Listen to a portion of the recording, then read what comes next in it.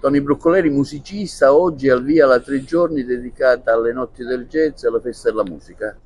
La Festa Europea della Musica si tiene il 21 giugno in tutta Europa e questa è già la terza volta che ho l'onore di partecipare grazie all'Umpli che ci ha voluto. Stasera è dedicata alle bande e la banda, specialmente a Porto Empedocle, ha una grandissima tradizione.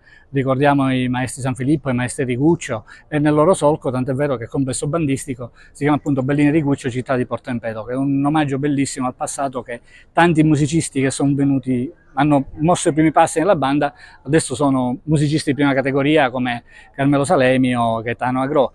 Stasera ci sarà anche la famiglia Scibetta, Carlo Scibetta che è il direttore musicale e artistico del complesso bandistico, dell'associazione turistica complesso bandistico Bellini Riguccio Città di Porto Empedocle, e in collaborazione con l'ingegnere Paolo Savatteri, presidente dell'associazione turistica Proloco di Porto Empedocle e dell'Umpli di Agrigento, si è voluto fare stavolta, invece di fare una sola serata, 3 serate dedicate al swing e al jazz. Stasera c'è il quartetto Dreamy Quartet e domani sarà invece un quintetto con la voce di Francesca Velotti e Tano Feddisi alle tastiere, mentre stasera c'è Rodolfo Pagano con Misty Quintet dedicato sempre a Errol Garner, che è uno dei più grossi jazzisti pianisti del mondo, che ci ha lasciato questi 2 tesori, appunto Dreamy e Misty. Mentre domenica, sempre alle 21:30 in questa stupenda cornice della Torre Carlo V, si esibirà il quartetto di Carmelo Salemi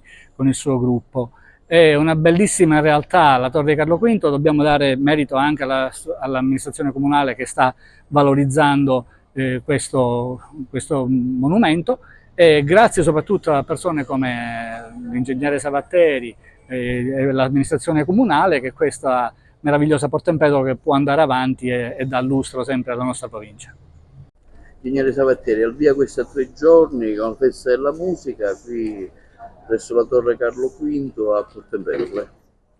Sì, noi è dal 2018 che festeggiamo la giornata della musica europea, il 21 di giugno, giorno del solstizio d'estate, e ogni anno abbiamo partecipato grazie all'accordo che la nostra organizzazione, l'Umpli, ha stipulato con l'AIPFM, che è l'associazione che per conto del Ministero dei Beni Culturali organizza la Festa della Musica. Quest'anno abbiamo pensato, come diceva Tonino Broccoleri, a una kermesse di 3 giorni dedicata al jazz.